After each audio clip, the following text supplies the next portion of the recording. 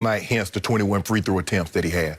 LeBron James was great when he absolutely needed to be, made big shot after big shot, big shot.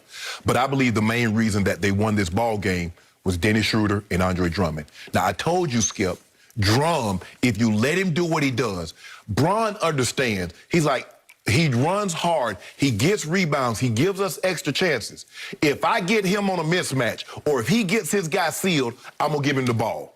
And so now he stays engaged. He had a double-double at the half. Dennis Schroeder, they couldn't keep him out the lane. He's laying the ball up on everybody. Hit 2 big threes to keep him going, to keep the pace going. So I believe that was the difference in the ball game. Anthony Davis, 34-10, 34 points, 10 rebounds, 3 block shots. Considering the game that he had two nights earlier, he knew that was going to be unacceptable. And LeBron James, it just, what do I say? What do I say about the man that can give you a virtuoso at any given moment? But he's not a great shooter. I tell you all the time, regardless of the sport, being great requires you to be great in moments. What good is that if I got 7,500 home runs, but it's the bottom of the ninth and we down 1 and I can't get it? LeBron James ain't a great shooter, I can't tell. Them threes, ask Phoenix to be a great shooter. But the difference, you saw the difference in the ball game, Skip. Look. We're struggling from the three-point lines. There's no secret about that. Mainly KCP. And I love what LeBron did. LeBron swung the ball cross court. KCP has lost a lot of confidence. He passed the ball to Schroeder, and the shot clock goes out. LeBron goes straight to him.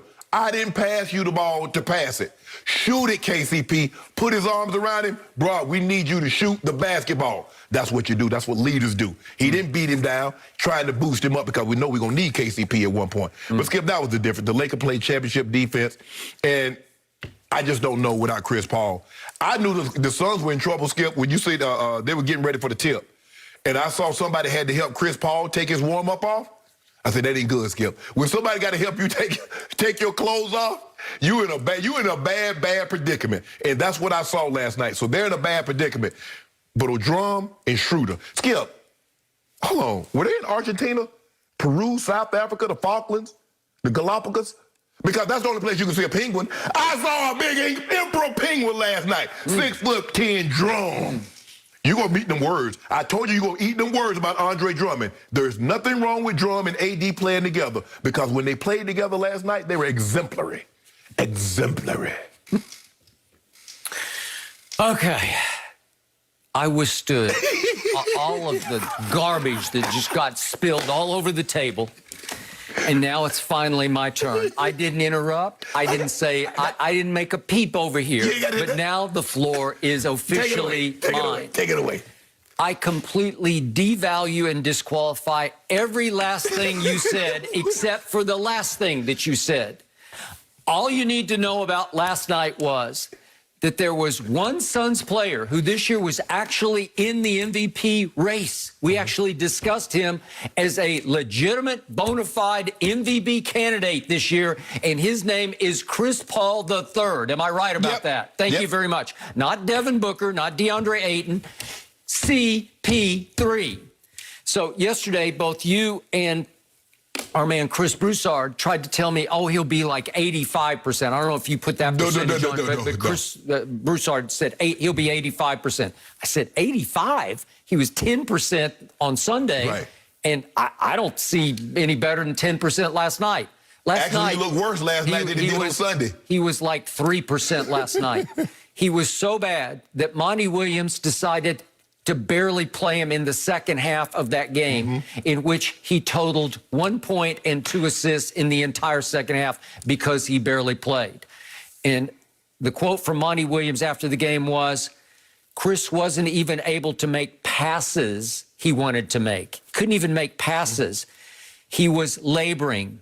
You could see that he wasn't even running the same way he was during shoot-around, the morning shoot-around. So he wasn't even able to run with the bad shoulder the way he was in the morning, as he said. Well, now all bets are off. I'm here to tell you, I'm here to declare, this series is now tied 1-1, and it is over. I predicted before the playoffs started that you would win this series in 5 games. I didn't see it happening like this. But now you're going to win 3 more in a row to give you 4 in a row to give you 5-game, quote unquote, gentleman sweep of the Phoenix Suns. And it's sad because Chris Paul has regularly been hurt in big playoff series. He does. Just when you think he's in the right spot at the right time. He got the worst look.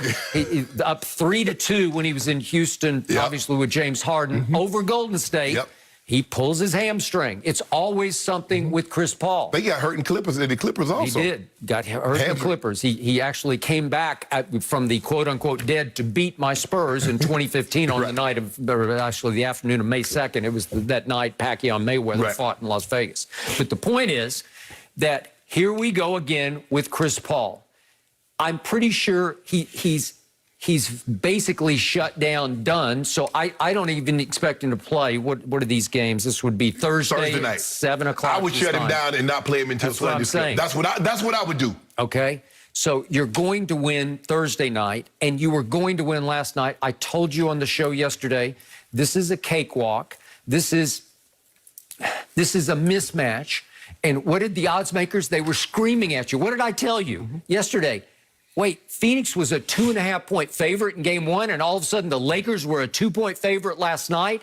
It was a 4.5-point swing, and it was strictly because those people who set those numbers, they know. Maybe they're getting some inside info that they shouldn't be privy to, but they're saying, no, he's hurt. Exactly, Skip. You know what a great player, doesn't matter the sport. When he's injured, that's going to swing that line. Okay, it swung it dramatically, and it swung the psychological advantage completely to the Lakers. So I give you, listen, AD came out, as he said, I'm going to come out and assert myself. Right.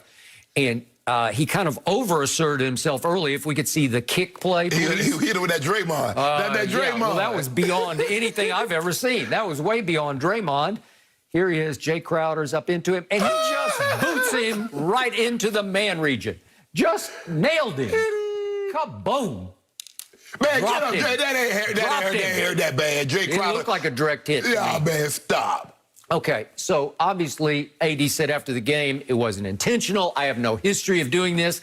It looked like it had some purpose to it. I got to tell you, I would err on the side of it was not intentional because of who he is and how he operates. Right. But I do think he was overamped. And I do think that their team had been rubbed a little raw by what Chris Paul did to LeBron the other day. And what is Chris Paul's legacy for cheap shots? They're below the belt shots. It started against Julius Hodge in the ACC tournament, right? When he was back at Wake. And the point is, it almost seemed like a subliminal kick from AD, like, I'm going to get even with you guys somehow, some way, because I've never seen him kick like that on a jump shot. Have you? No. I know you kicked to try to put a little more oomph into it to get it there, but it wasn't that deep. I think what happened, Skip, is that once he felt the foul, he needed a little bit more oomph to try to get it. He was trying to get an and-one. I got it, but it looked like it had a little purpose in the kick. And it was a flagrant one, and he deserved it, and we get that. But I think it was also part and parcel of AD said, I can't let the king down again. Right. I got to come out strong. And his history has been, when he comes out strong, he stays strong through the game. He said that he hit a three-point shot, and he was running back down the court. He said, I told you I got you. He said, I got you. I saw that. Yep, okay. Well, he got him. And by the way, if I can pull out my fourth quarter box here, I know Jenny just read that AD and LeBron combined for 19 points in the fourth quarter. AD had 14 and LeBron had 5. So let's not exaggerate that. Whoa. Don't do this, Skip. Yeah, don't do this. 14 and 5. I'm looking at the stats right here. 14 to 5. AD shot 10 free throws. Yeah, he did. Well, that counts. Do they count? And guess what? Not only did he shoot 10, he made 9. Did you see that, LeBron? Hold on. But did you see the shots that LeBron was making in the fourth quarter, Skip? I saw one good shot was the baseline turnaround. I'll give you that one. Well, what about the one at the top of the key? What about that three-point shot? Okay, but that's front running. The game was way over. It was too. They put up like 8. No, I don't know if it was over. No. Don't do it, Skip. See, why you do that? I'm just doing it because that's what happened. So look at the look. Here's the shame of it. Remember, your team was up 15 mid-third quarter. Remember, Chris Paul's not playing, so Phoenix has lost heart. And yet, the Lakers kind of sleepwalk into the fourth quarter. They're up 7 That's at that Frank point. Vogel's fault because Devin Booker checks back into the game and they don't get the ball out of his hand and he makes like 7, 8 straight points. And I'm like, Vogt, get the ball out of his hand. Okay. Make someone else cook. If Jay Crowder can do that, if Mikal Bridges, even Cameron Artis played, he played well he played well the whole game, Skip. And they might have to go on him because he made some big shots, driving the ball, made some good passes. If somebody else, Devin Booker is not going to beat me. Okay. So what happened with 5:39 left in the game? Phoenix came all the way back on an 8-and-dunk to be up 1 point. They were actually up 1 point. And guess who took over as you won the rest of the way? You won the rest of the game 20-12. You went on a 20-12 run, and 12 of those 20 were scored by Anthony Davis. Yeah. So as LeBron correctly said after Sunday's game, basically, we go as he goes. When he comes back to be an AD, then we'll be the Lakers Well, it's again. kind of hard, Skip, for both of these guys to be aggressive because you don't want to get in the other guy's way. So it was AD started out. You see AD put his head down. He's like,